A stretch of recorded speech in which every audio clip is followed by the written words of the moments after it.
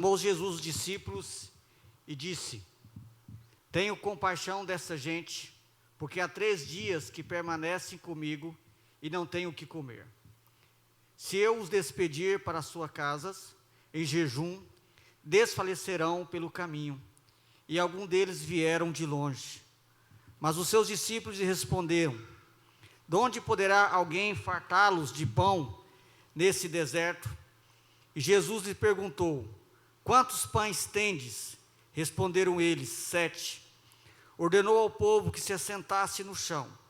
E tomando 7 pães, partiu-os, após ter dado graça, e os deu aos seus discípulos, para que esses os distribuíssem, repartindo entre o povo. Tinham também alguns peixinhos, e abençoando-os, mandou que estes igualmente fossem distribuídos. Comeram e se fartaram, e dos pedaços restantes recolheram 7 cestos. Eram cerca de 4.000 homens. Então Jesus os despediu. Logo a seguir, tendo embarcado juntamente com seus discípulos, partiu para as regiões de Dalmanuta. Até aqui será a exposição da palavra de Deus. Vamos orar. Amado Deus, obrigado, Pai, pelo privilégio que temos agora de poder expor a Tua palavra. Que Teu Espírito Santo nos ilumine a cada passo dessa exposição, nos dando a compreensão correta da Sagrada Escritura e aplicando de forma profunda essa verdade ao nosso coração. Nós ansiamos por ouvir a Sua voz. Nós precisamos ouvir a voz do Senhor. E Te pedimos, fala conosco, ó Deus. Alimenta o nosso coração, fortaleça a nossa fé, dê esperança para cada um de nós, de maneira que o Senhor seja honrado e engrandecido pela exposição da Sagrada Escritura. Nós oramos no nome de Jesus. Amém. Meus irmãos, ter um entendimento correto acerca de Deus é muito importante, porque nós servimos a Deus. E você precisa saber quem é o Deus que você serve. O quanto Deus é bom, o quanto Deus é cheio de compaixão, o quanto Deus tem paciência, o quanto Deus nos ama, o quanto Deus se preocupa com as nossas necessidades, o quanto Deus está pronto e disposto a suprir todas as nossas necessidades. Se você não tem uma visão de quem é Deus, da grandeza de Deus, isso vai minguar a sua fé, isso vai minguar a sua alegria, o seu ânimo, o seu vigor.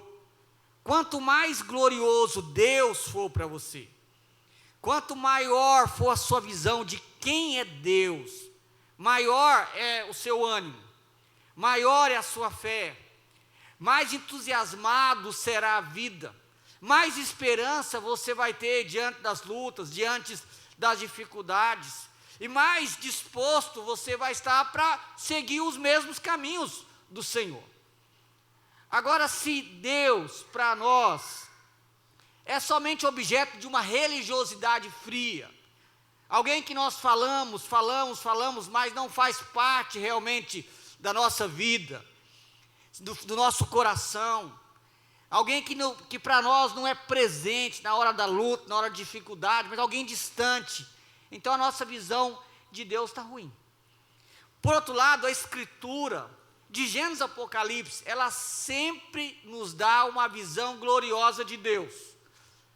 Às vezes aspectos diferentes da sua grandeza, às vezes o seu poder, às vezes a sua majestade, às vezes o seu amor, às vezes a sua bondade, às vezes os seus milagres, mas ela sempre está mostrando quem é Deus.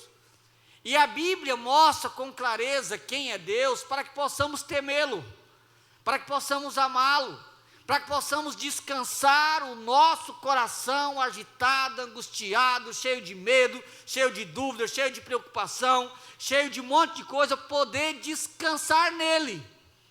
Se você não tem uma visão gloriosa de quem é Deus, seu coração não vai encontrar descanso nele. Quanto maior for a sua visão de quem é Deus, maior será a possibilidade de você descansar o seu coração em Deus. Por isso que a adoração é tão importante. A adoração é aquele momento em que os nossos olhos se voltam para a grandeza do nosso Redentor. E quanto maior for a sua visão, maior o seu coração vai se encher de alegria e de gratidão. O Evangelho de Marcos tem mostrado a grandeza do nosso Deus. A grandeza de Deus em fazer milagres, em curar pessoas, em libertar endemoniados. A grandeza de Deus é exposta de uma forma linda quando você vai estudando o Evangelho de Marcos.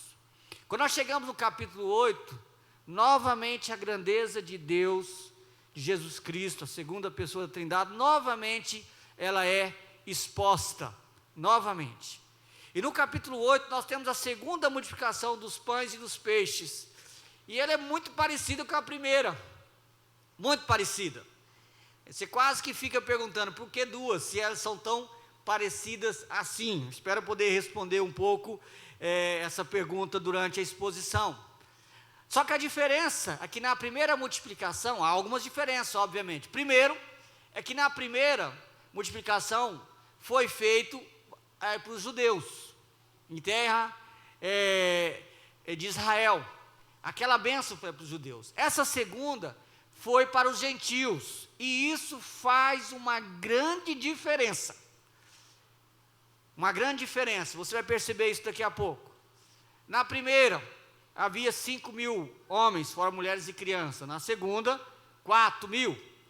Na primeira, sobrou 12 cestos. Na segunda, 7. Aí você vai dizer, a segunda foi menos, porque era para os gentios.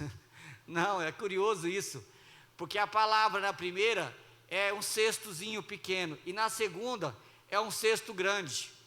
E é bastante interessante isso, porque a palavra cesto aqui, nesse episódio, não é a mesma do primeiro. E a palavra aqui é a mesma palavra que aparece em Atos 9, 25, quando Paulo é posto dentro de um cesto e ele é liberto de Jerusalém por cima do muro para poder fugir, que os judeus queriam matá-lo. Isso quer dizer então que era um cesto grande. Então foi muita coisa que sobrou também ali. Mas há muita coisa parecida, ambos estão no deserto. A diferença é que um é na primavera, o outro não. Um lugar tinha grama, o outro não. As diferenças são poucas, mas o ponto principal é que esse milagre foi feito em terras gentílicas, fora dos limites de Israel. Por que isso é importante? Porque os judeus achavam que Deus era só para eles. Os judeus achavam que o Messias era só para eles, e que o Senhor só se preocupava com eles. Todavia o Senhor tem mostrado isso, desde o capítulo 7, o Senhor tem mostrado isso, que o Evangelho, ele tinha uma extensão além de Israel, apesar de que ainda não era o momento. Se você olhar no versículo 24, diz o seguinte: levantando-se, partiu dali para as terras de Tiro e Sidom. Tiro e Sidom ficam fora dos limites de Israel, na divisa com Israel, mas fora dos limites de Israel. E o Senhor então vai para essa região. Quando chega em Tiro e Sidom, ele encontra uma mulher grega, de origem sírio-fenícia, uma mulher com uma fé que Jesus não encontrou em Israel, uma mulher realmente que acreditou e confiou no Senhor de uma forma belíssima, e o Senhor atendeu o seu pedido e libertou a sua filha que estava endemoniada. Então os discípulos viram o Senhor agindo na vida de um gentil, de alguém que não fazia parte do povo de Israel, e alguém que o tratou com uma fé muito mais firme do que qualquer israelita tinha tratado antes. Depois do versículo 31 até o 37, o Senhor novamente, ele cura muitas pessoas naquela região ali, distante de Israel, um chamado território de Decápolis, uma região de 10 cidades composta de gentios. E ali ele cura e liberta muitas pessoas, mas Marcos dá uma atenção especial a um homem surdo e gago. E Marcos quer mostrar Jesus como alguém que tem compaixão. Observe, só lembrando você, nós já pregamos isso anteriormente, havia uma multidão ali atrás de Jesus, e o versículo 33 do capítulo 7 diz assim: Jesus, tirando o homem que era surdo e gago da multidão à parte, pôs-lhe os dedos nos ouvidos e lhe tocou na língua com a saliva. Lembra que nós mostramos esse amor do Senhor de tocar, esse amor do Senhor de se preocupar com a dor e com o problema daquele homem. Marcos está destacando essa compaixão de Jesus para um povo que não fazia parte da nação de Israel. Então, esse período que o Senhor passa fora dos limites de Israel com os seus discípulos, é um período de aprendizagem. Por que aprendizagem? Porque quando você chega no final do Evangelho de Marcos, tem uma ordem que Jesus dá aos seus discípulos depois da ressurreição, e a ordem é: ide por todo o mundo e pregai o Evangelho. Mas você acha que essa ordem ia ser recebida com naturalidade por pecadores? Não. Na verdade, nós sempre temos dificuldade de entender de primeira o comando do Senhor. E Deus está sempre nos treinando. O Senhor está sempre trabalhando em nós, para nos ensinar, para poder fazer o que Ele quer que façamos. E os discípulos então, quando saem do limite de Israel, vão para a região de Tiro, Sidom, Jesus os leva ali para treiná-los, para ensiná-los que Ele tinha também um plano fora de Israel, que Ele tinha um plano também com povos que não faziam parte da nação de Israel. E para os discípulos isso não era fácil. Só para você ter uma ideia, quando um judeu tinha que sair de Israel para fazer compra, para fazer qualquer coisa fora dos limites de Israel, eles faziam de tudo para não tocar no gentil. Fazia de tudo. Porque para eles gentil era um sinônimo de impureza, paganismo e pecado. E quando ele voltava para Israel, ele batia as sandálias dos pés para tirar a poeira do meio daquele povo. O judeu não comia com o gentil, o judeu não entrava na casa de um gentil, ele não se relacionava com o gentil. Aí você vê Jesus aqui, libertando a filha de uma mulher gentílica. Você vê o Senhor Jesus tocando num gentil que era surdo e mudo, tocando inclusive na saliva da sua boca. O Senhor então rompe com toda essa visão equivocada e está mostrando para eles, ensinando, preparando o coração daqueles homens, porque eles deveriam depois da ressurreição, só depois da ressurreição, pregar o Evangelho para todo o mundo. E quando você chega no capítulo 8, nós temos então o mesmo milagre que aconteceu entre os judeus, você vê entre os gentios. E como eu falei, quando fizemos uma exposição lá do capítulo 6, certamente esse é um dos milagres mais extraordinários que nós encontramos nas Escrituras. Um milagre extraordinário, quando o Senhor alimenta uma multidão de pessoas famintas. E esse milagre é repetido. Ele aparece no Evangelho de Marcos, ele aparece no Evangelho de Mateus, no Evangelho de Lucas, ele está no Evangelho de João, pelo menos o capítulo 6, para mostrar a grandiosidade desse episódio.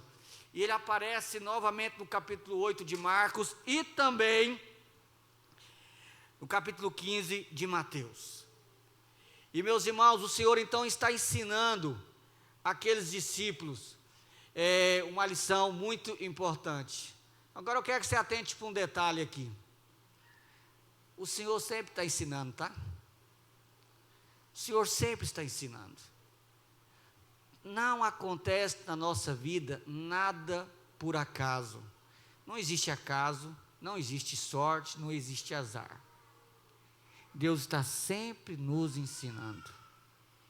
Ele nos ensina quando Ele nos abençoa, Ele nos ensina quando Ele nos disciplina, Ele nos ensina quando Ele nos prova. Ele está sempre mostrando algum aspecto dEle, o seu amor, a sua misericórdia, a sua justiça, a sua firmeza, a sua bondade, a sua providência. Ele está sempre nos ensinando a buscá-lo, a nos humilhar, a nos voltar para Ele, a nos arrepender. Qual que é o nosso grande erro? É que nós achamos que nós dirigimos a nossa vida sozinhos. E só quando vem um aperto é que eu vou buscar a Deus e Ele então pode ou não me ouvir. Lê do engano. Cada acontecimento da sua vida, Deus está presente de alguma forma. E a grande sabedoria bíblica é saber enxergar o que Deus está fazendo na minha vida, o que Deus está trabalhando na minha vida. Deus, não existe para Deus assim, vamos fazer isso. Deus tem tudo dentro do seu controle, mesmo que a nossa mente às vezes tenha dificuldade de compreender a profundidade disso. Agora, o que eu e você devemos fazer? É perguntar: Senhor, o que o Senhor quer me ensinar? Que lições o Senhor quer me ensinar nesse momento da minha vida? O que eu preciso aprender com o Senhor? Essa é a grande sabedoria bíblica. Mas o que nós fazemos às vezes? Nos momentos de dificuldade, nós achamos que Deus se esqueceu de nós. Nós lemos na liturgia que ainda que uma mãe se esqueça de amamentar o seu filho, Deus jamais se esquecerá do seu povo. Quando nós passamos por luta e dificuldade, nós achamos que o céu fechou as portas e Deus não ouve as nossas orações.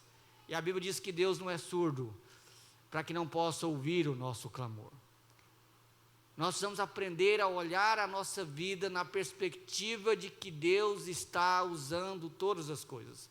Os discípulos estavam aprendendo, estavam na escola, e o Senhor usou todos os acontecimentos para poder trazer lições importantes para aqueles discípulos, lições importantes. E meus irmãos, há aqui no capítulo 8, uma multidão de pessoas estavam ali. Tá? E o ministério de Jesus vai até o versículo 10 entre os gentios. Versículo 11 ele volta para Galileia e retorna o seu ministério entre os judeus, tá? E o Senhor então está trabalhando ali na vida desses gentios, mas ensinando os seus discípulos. E uma coisa que esse texto nos ensina é a compaixão. Olha para você ver, acompanha comigo aí. Naqueles dias, quando outra vez se reuniu grande multidão, e não tendo eles o que comer, chamou Jesus os discípulos e disse: tenho compaixão desta gente, porque há 3 dias que permanece comigo e não tem o que comer. Observe que há aqui uma diferença entre o primeiro e o segundo milagre. Qual que é a diferença? Primeiro detalhe aqui no texto, versículo 2. O Senhor disse: tenho compaixão dessa gente. Qual que é a diferença? Lá no capítulo 6, ele também não disse que tinha compaixão. Na verdade, lá no capítulo 6, não é Jesus que disse. Quem disse foi Marcos.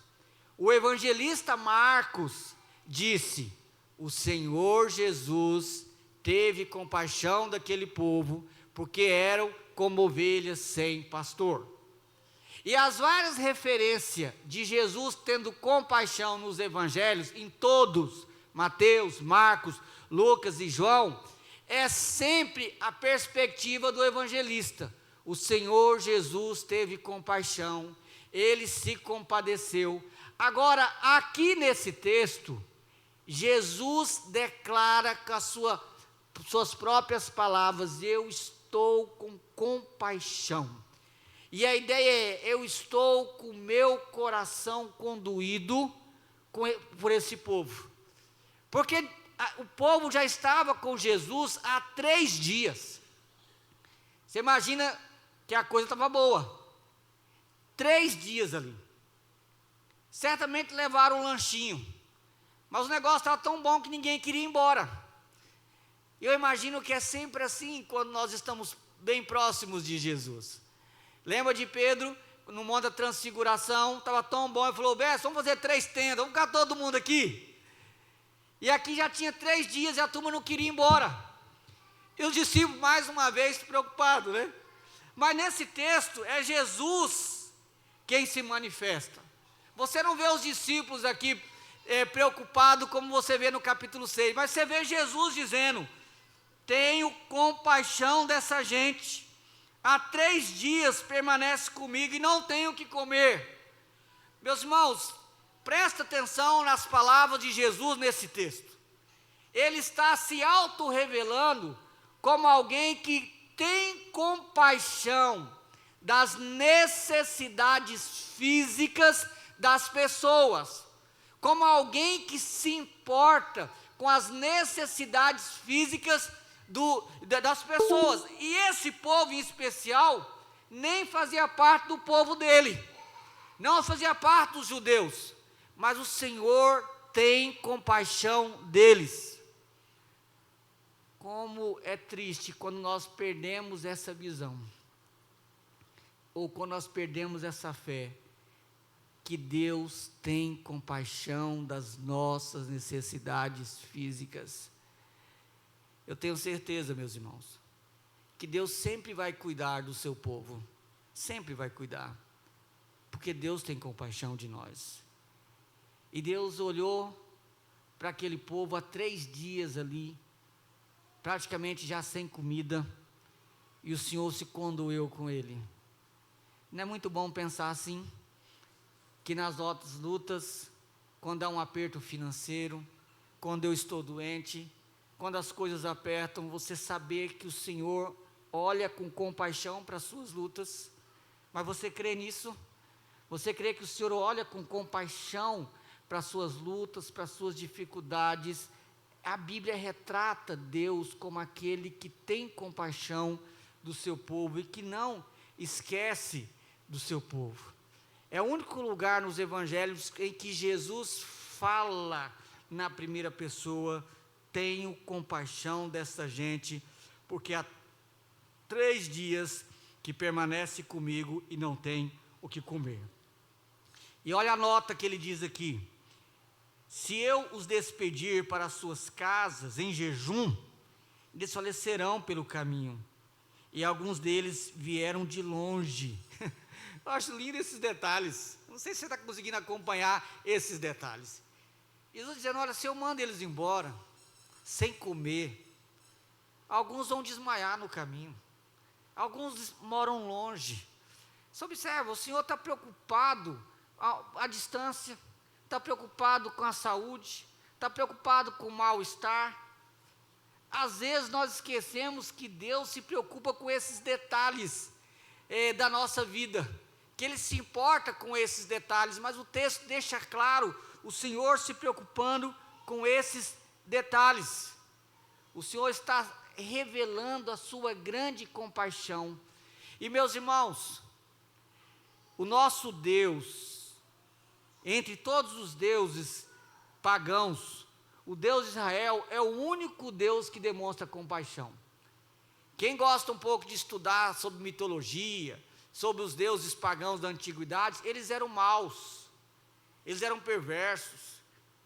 Só o Deus de Israel é retratado como Deus que tem compaixão. E sabe por quê?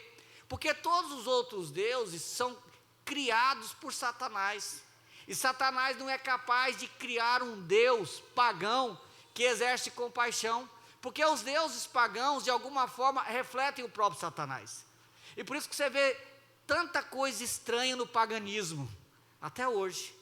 Tanta coisa estranha, porque os deuses pagãos são frutos de Satanás, são criados por Satanás para enganar as pessoas. Só o Deus da Bíblia é retratado com profunda compaixão. Em qualquer lugar do mundo você não vai ouvir a história de que Deus se fez homem e morreu para que os homens pudessem viver.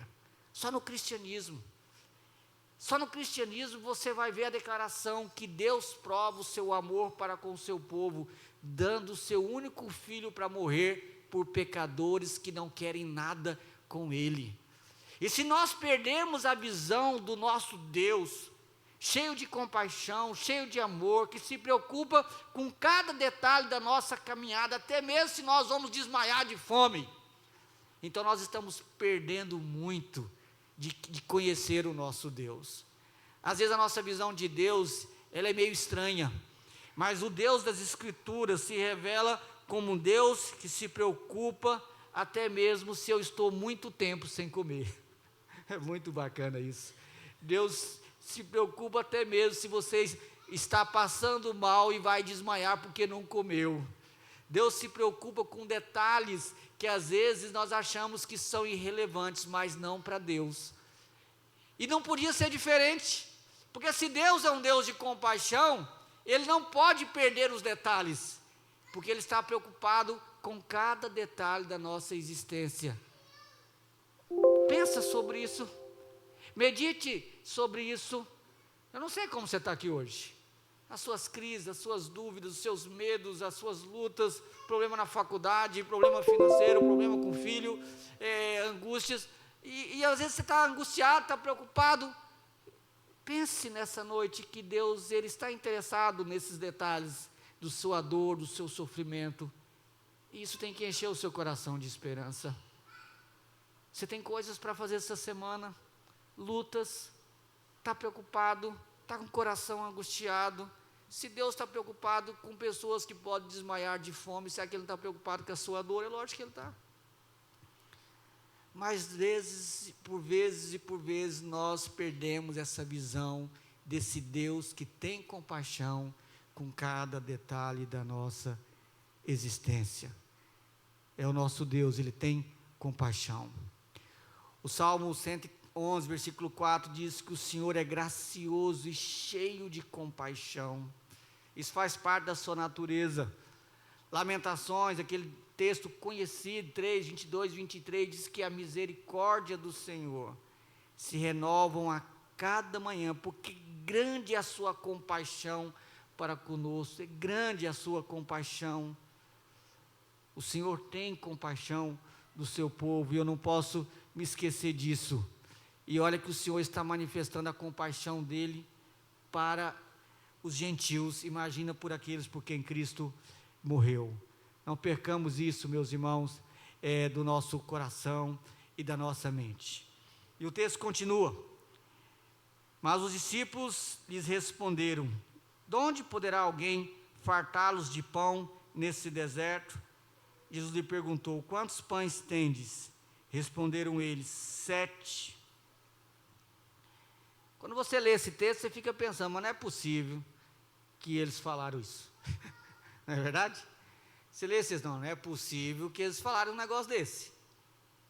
Porque há poucos meses, eles viram o Senhor multiplicar pães e peixe para 5.000 pessoas, e viram que sobrou 12 cestos. Então, por que eles estão fazendo essa pergunta, ou fazendo esse comentário? Bem, meus irmãos, é bem provável que os discípulos estão fazendo esse comentário, porque eles não conseguiam imaginar que Jesus fosse repetir o mesmo milagre ali para os gentios. Ou seja, entre os judeus tudo bem, bacana, mas aqui, no meio desse povo pagão, desses idólatras, esse povo que ofende o Senhor com idolatria, na cabeça deles isso era inconcebível.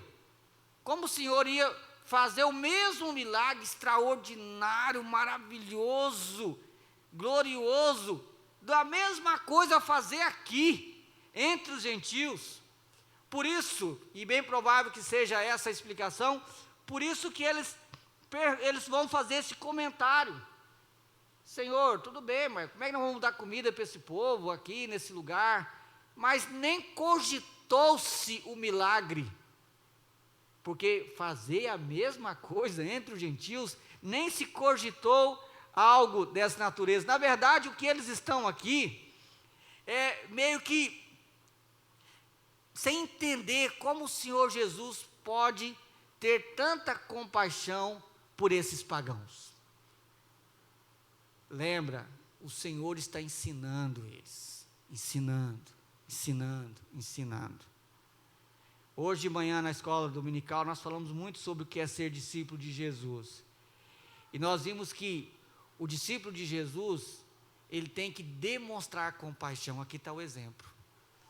Um discípulo de Cristo tem que ser alguém que ama de forma incondicional, inclusive os seus inimigos, pessoas de outras religiões, pessoas de outras matrizes religiosas. Meus irmãos, nós às vezes, nós temos assim uma atitude muito distante de pessoas de outra matriz religiosa. Eu não estou dizendo para você comungar com eles, cultuar com eles, porque isso é pecado. Mas você tem que estender compaixão para que eles possam ser alcançados pelo Evangelho. Você não pode ter um distanciamento tão grande assim que lhe impeça de testemunhar e anunciar o Evangelho de Jesus para outras pessoas. Às vezes nós achamos que o Senhor é só nosso, né? Ele é só nosso. E o Senhor está aqui dando atenção para esse povo. E o texto continua. Jesus lhe perguntou: quantos pães tendes? Responderam eles: 7. Tem 7 pães. Ordenou ao povo que se assentasse no chão. E tomando 7 pães, partiu-os, após ter dado graça, e os deu aos discípulos, para que estes os distribuíssem, repartindo entre o povo. Tinha também alguns peixinhos. E abençoando, mandou que estes igualmente fossem distribuídos. Interessante que aqui são 7 pães e não fala quantos peixes. Alguns peixinhos. E a palavra lá no grego é peixinho pequeno. Tá? Talvez sardinha, alguma coisa assim. E eles então pegam esses pães, esses peixinhos, para 4.000 pessoas, não daria, obviamente. Mas o Senhor repete o mesmo rito. Manda o povo sentar, ora, para deixar claro que Deus é quem faz o milagre da providência, e manda distribuir. Certamente que os discípulos pensaram: vai acontecer a mesma coisa. Talvez os discípulos estivessem como Jonas, não querendo a bênção para os gentios. Por que Jonas não obedeceu ao Senhor? Pelo menos não voluntariamente. Porque ele sabia que Deus, e ele disse: porque eu sei que o Senhor tem compaixão, e o Senhor ia perdoar esse povo. Provavelmente os discípulos também não queriam que o Senhor abençoasse aquele povo. Mas o Senhor faz o mesmo ritual, e manda distribuir. E o milagre novamente acontece. Surge pães de trigos que nunca foram colhidos. Surge peixes mortos, prontos para o preparo, que nunca nadaram. Mas tão bons quanto qualquer peixe fresquinho pego no rio. Isso é um milagre. Eu tenho reforçado nas pregações do Evangelho de Marcos que o milagre que Jesus faz não tem igual na história. O milagre que Jesus faz, na verdade, é uma recriação. E ele faz do nada. Por exemplo, o que acontece lá no livro de Gênesis? O Senhor trouxe do nada, daquilo que não existia, Ele trouxe a existência, as coisas que existem. E Ele faz um milagre aqui da criação. Ele cria pães de trigos que nunca foram semeados. Ele cria peixes que nunca estiveram em nenhum rio. E cria peixes mortos, prontos para serem comidos. Isso é um milagre extraordinário. O milagre que o Senhor faz na verdade, é o milagre da criação. Então, quando ele cura um cego, na verdade, ele dá olhos novos. Quando alguém não tinha braço e ele curava, ele dava um braço novo. Quando não tinha perna, ele dava uma perna nova. Ele recria. Porque nasceu sem, agora ele dá o novo. Ou perdeu num acidente, agora ele deu o novo. Então, o milagre do Senhor era recriar, trazer à existência aquilo que não existia e não poderia existir de outra forma. E todos esses milagres, eles apontam para o novo céu e a nova terra, onde tudo será perfeito, onde não nos faltará comida, onde não haverá doença, onde não haverá limitações físicas, onde tudo será perfeito. O tempo em que Jesus esteve na terra foi o tempo mais glorioso que houve desde a criação do universo, ou desde que o homem pecou. Porque durante aqueles dias, as pessoas experimentaram um pouco do céu na terra, porque Jesus estava ali. E de forma gloriosa, eles experimentaram coisas extraordinárias. Extraordinárias. E o texto diz que comeram e se fartaram. E dos pedaços restantes recolheram 7 cestos, correspondente ao que tinha antes. Meus irmãos, observe, comeram e se fartaram, ou seja, puderam comer bastante, até dizer, estou cheio. Agora, novamente, os discípulos ainda têm dificuldade com a sua fé. Olha para você ver, mais adiante no capítulo 8, a partir do versículo 14, só para você entender aqui, olha, observe o texto. Ora, aconteceu que eles se esqueceram de levar pães no barco, não tinham consigo senão um só. Preveniu-os Jesus, dizendo, vede, guardai-vos do fermento dos fariseus e do fermento de Herodes. E eles discorriam entre si, é que não temos pão. Eles não estavam entendendo a parábola, eles pensaram, Jesus está dizendo isso porque nós não temos pão. Jesus, percebendo, lhes perguntou, por que discorreis sobre o não terdes pão? Ainda não considerastes, nem compreendestes, tendes o coração endurecido? Tendo olhos, não vedes?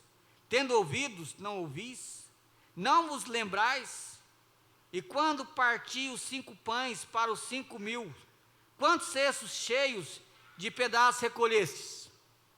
Responderam eles, 12. Até imagina, parecendo criança, né? 12. E quando parti os 7 pães para os 4.000, quantos cestos cheios de pedaços recolheste? Responderam eles, 7. Ao que lhes disse, não compreendeis ainda? Qual que é a grande lição que o Senhor quer dar aqui? Descanse no Senhor. Descanse no Senhor. Ele é o Deus de compaixão. Ainda que a mãe se esqueça de amamentar o seu filho, Deus não vai esquecer de você. Descanse no Senhor. Essa é a grande lição da passagem. O nosso Deus é um Deus de compaixão, e eu tenho que aprender a acalmar o meu coração e descansar nele.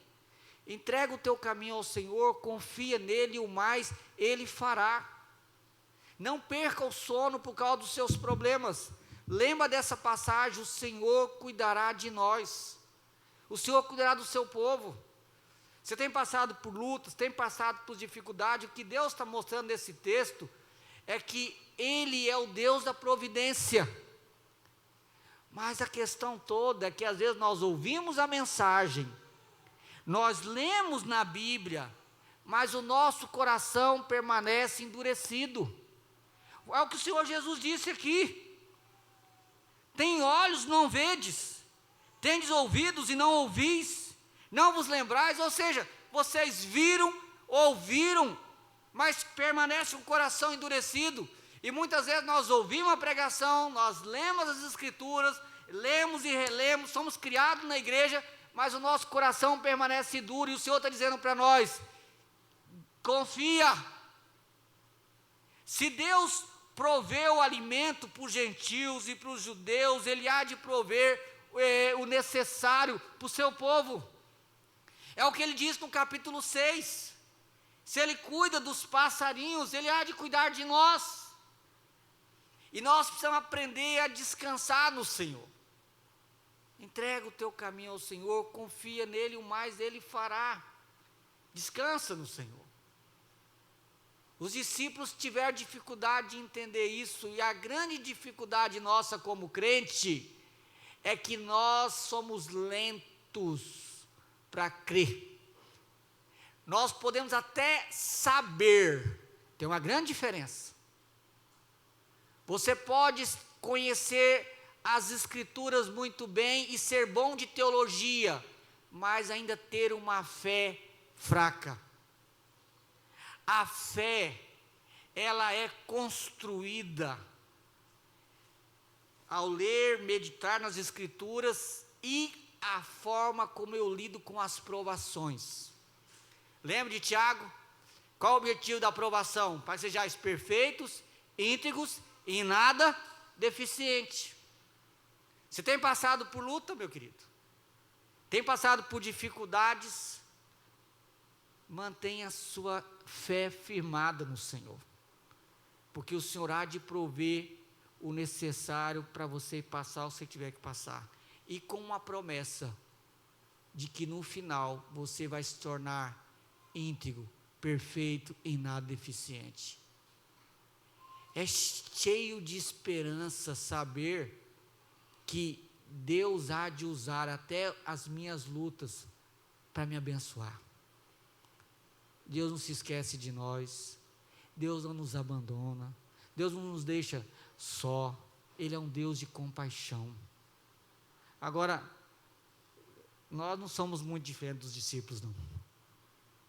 Nós somos lentos para confiar, eu, você, somos lentos, e a gente tem que admitir isso, e dizer para Deus: Senhor, me ajude a confiar no Senhor, me ajude a enxergar com os olhos da fé a grandeza de quem é o Senhor, me ajude a descansar o meu coração no Senhor, que eu possa dizer como Davi: em paz me deito, logo pego no sono, porque eu sei que o Senhor está comigo, que o meu coração encontre descanso no Senhor, porque o Senhor cuida de mim, porque o Senhor me ama, porque o Senhor se preocupa comigo. Os discípulos estavam dentro do barco, preocupados, esquecemos o pão, e agora? Você já percebeu que nós, de vez em quando, a gente fica assim: eu esqueci disso, e agora? Eu perdi isso, e agora? Eu perdi o meu emprego, e agora? Fechou o mês, o dinheiro não dá para pagar as contas, e agora? Meu carro estragou, e eu estou sem, não sei como que eu vou arrumar, e agora? Nós não estamos sempre fazendo isso? A questão é: fala, Senhor, eu não sei como, eu não tenho dinheiro, mas eu vou descansar no Senhor, e o Senhor há de cuidar de todas as minhas necessidades. É só com um coração assim é que você vai ver o milagre da providência de Deus na sua vida, e você vai evitar um monte de problema de saúde, né? As minhas gastrites que eu diga. A gente precisa aprender a descansar no Senhor. O nosso Deus é o Deus da compaixão, e Ele faz milagres, se necessário for, para suprir as necessidades do seu povo. Amém? Vamos ficar em pé, vamos falar com Deus.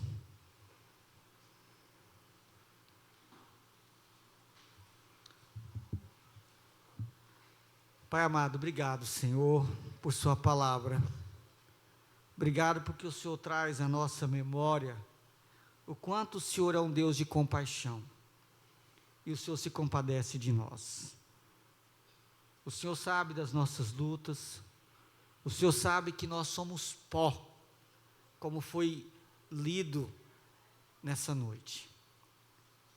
E o Senhor conhece a vida de cada pessoa que está aqui. as lutas, as dores, as angústias, os medos, a tristeza. Alguns estão talvez aqui carregando tristeza profunda no coração, uma ansiedade que às vezes os impede até mesmo de dormir, de descansar. Às vezes medo pelas incertezas do amanhã, às vezes lutas financeiras, ó Deus, e não sabem como lidar com isso. Mas que possamos, ó Deus, humildemente nos voltar para o Senhor, clamar o Senhor por misericórdia, com confiança, e crer que o Senhor é um Deus que faz milagres, é um Deus que muda a nossa história, um Deus tão grande, que é capaz de nos abrigar, onde podemos descansar o nosso coração. Às vezes alguns irmãos estão aqui cansado, e precisam de descanso, e que eles possam encontrar no Senhor um lugar para repouso. Foi o Senhor que nos convida: vinde a mim, todos os que estáis cansados e sobrecarregados, e eu vos aliviarei. Que o teu povo possa crer nessa palavra, e que possamos com fé ir até o Senhor, e encontrar descanso para a nossa alma. Foi o Senhor quem disse que o Senhor pode nos dar uma paz que excede todo entendimento, capaz de guardar a nossa mente e o nosso coração. E aqueles que estão precisando de paz, possam crer que o Senhor é um Deus de compaixão e há de suprir a sua necessidade. Ó Deus, não há necessidades que o Senhor não possa suprir.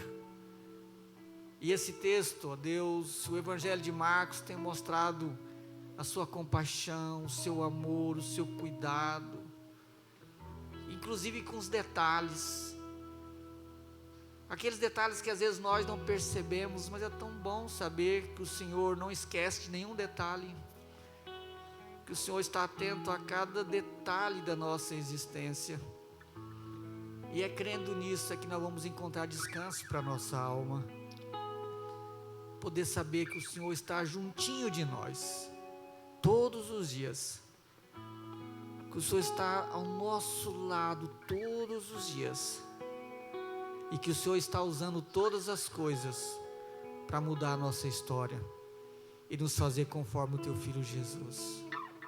Aumenta a nossa fé, Pai, para podermos crer nisso, e assim o Senhor há de ser glorificado e honrado em nós. Essa é a nossa oração no nome de Jesus. Amados irmãos, ide agora em paz, e que o amor de Deus, o nosso Pai, que a graça redentora de Jesus Cristo, seu único Filho, e o poder, e a consolação do Espírito Santo, esteja sobre vós, amados de Deus, hoje e pelos séculos dos séculos. Amém.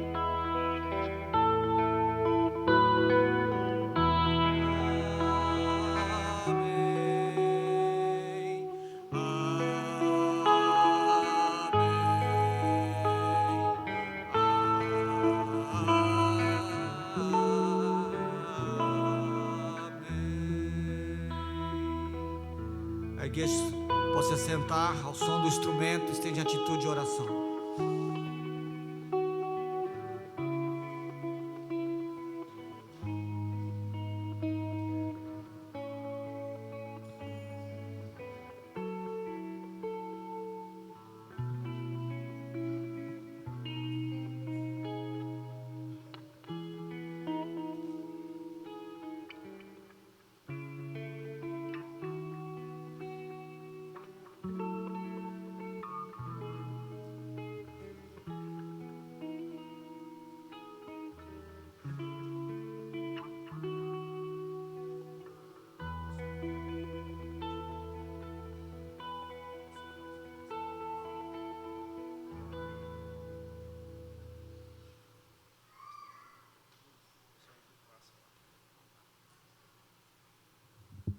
Meus irmãos, só uns avisos rápidos aqui, estamos já encerrando o ano, né? Nós estamos no começo de dezembro, mas encerrando o ano. E temos muita coisa esse mês. Dezembro é assim mesmo, né? E nós teremos agora, dia 9, uma programação de confraternização dos grupos de pastoreio da igreja. Mas mesmo que você não faça parte de nenhum grupo, você está convidado a estar conosco nesse piquenique. Então nós vamos lá para a Chácara Jadom, vamos passar um dia lá, no dia 9. O valor da diária lá é R$45 por pessoa. Se você tiver com dificuldade, não tem problema, nós vamos te dar um jeito. Eu falei isso de manhã e reforço. Ninguém pode deixar de ir por falta de condição financeira. Isso é inaceitável. Inaceitável. Tá? Nós temos que cuidar uns dos outros, então todo mundo que quiser ir, vai. Tá? Quem pode pagar, paga, e quem não pode, um jeito será dado. Tá? Então, se você não deu o nome e deseja ir, dê o seu nome. Fernanda, está pegando mais alguém? Fernanda, né? Então dê o seu nome para Fernanda. Ou converse com o líder do seu grupo de pastoreio, que você faz parte do grupo de pastoreio, tá? E é para levar, como que é o negócio da carne mesmo? Ficou? Tá, então leva uma porção de carne que mais ou menos corresponde à sua família, tá? Assim, quem come mais, leve mais, né? Vai nessa prudência aí, tá? Chico, Marlon, assim, tem que levar um pouco a mais. Mas vamos levar nessa proporção aí, tá? Se você toma suco, leva suco, né? A Creuseolide vai levar suco de manga, essas coisas aí, tá?